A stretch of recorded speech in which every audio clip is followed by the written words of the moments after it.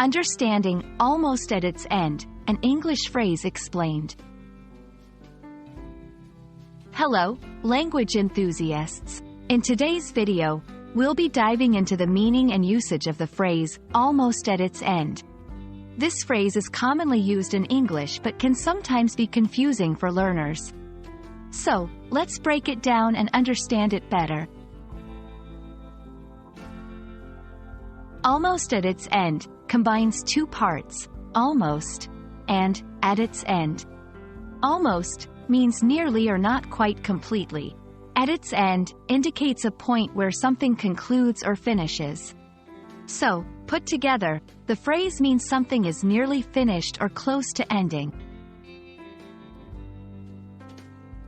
To grasp this phrase better, let's look at some examples. The movie is almost at its end, only 10 minutes are left. As the year comes almost to its end, we start planning for the new year. When a book is almost at its end, it's exciting to see how the story wraps up. In each of these sentences, the phrase indicates that something is nearing completion.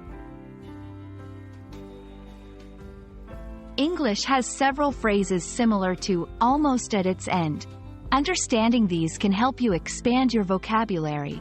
For example, on the brink of finishing, very close to being finished. Coming to a close, approaching an end. Nearing completion, getting close to being complete. This phrase isn't limited to physical events or objects. It can also be used in abstract contexts. For instance, the negotiation is almost at its end. Business context. Our journey is almost at its end. Travel or life journey. The semester is almost at its end. Academic context.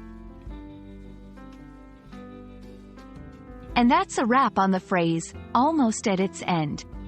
We hope this video has helped clarify its meaning and usage. Remember, learning a language is all about understanding the nuances of phrases like these. Keep practicing, and soon you'll be using English phrases like a pro.